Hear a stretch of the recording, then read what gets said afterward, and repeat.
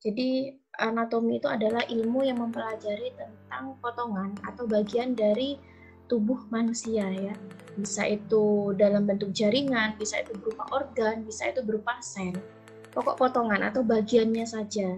Nah, kita mempelajari apa saja penyusun tubuh manusia. Kemudian untuk fisiologi itu adalah ilmu yang mempelajari tentang faal atau cara kerja bagian-bagian tubuh itu bekerja dan saling berhubungan satu dengan yang lainnya. Jadi anatomi dan fisiologi manusia ini adalah ilmu yang mempelajari tentang bagian-bagian tubuh ya, dan juga fungsi serta cara kerjanya yang saling berhubungan. Ya. Nah, struktur tubuh manusia itu yang paling terkecil itu adalah sel.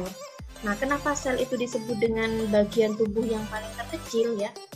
Karena sel itu adalah unit penyusun terkecil dari tubuh makhluk hidup, di mana di dalam sel itu banyak sekali mengandung organel-organel sel. Nah, manusia sebagai individu multiseluler ya, artinya kita itu tersusun dari banyak sel ya. Nah, tersusun dari banyak sel ini sehingga kita termasuk individu yang multiseluler ya, termasuk yang bukan yang eukariot ya, tapi eukariot ya. Nah, berbeda dengan kuman ya atau virus ya. Nah, seperti virus COVID-19 ya, itu selnya hanya satu. Nah, walaupun virus COVID-19 itu hanya satu ya selnya, tetapi itu sudah dianggap dengan satu individu. Ya, kenapa? Karena memang ditakdirkan ya satu individu satu sel, gitu kan ya, termasuk kuman ya, E. coli yang menyebabkan diare, TBC, bakteri yang menyebabkan TBC itu selnya itu hanya satu dalam tubuhnya itu hanya satu, sehingga kuman-kuman ya dan juga virus itu tergolong makhluk hidup yang prokaryotik ya, dan uniselular. Nah, kalau kita kan tersusun dari triliunan sel ya, dari pangkal rambut sampai ujung kaki, kita itu tersusun dari ratusan triliun sel, tidak terhitung ya. Nah, bagian dari sel yang memiliki fungsi dan cara kerja yang sama itu disebut dengan jaringan.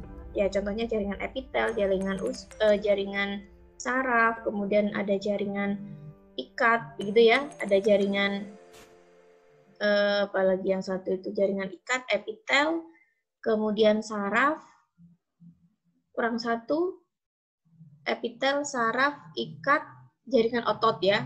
Ada 4 di SMA ini sudah dapat, di SMP juga dapat ya, kalau jaringan itu ada 4 macam. Nah, kumpulan dari jaringan-jaringan yang memiliki bentuk dan fungsi yang sama itu disebut dengan kumpulan dari beberapa jaringan ya yang memiliki struktur berbeda tetapi fungsinya sama. Itu disebut dengan organ. Contohnya apa? Contohnya lambung. Lambung fungsinya apa? Untuk mencerna makanan, terutama yang memiliki kandungan protein ya.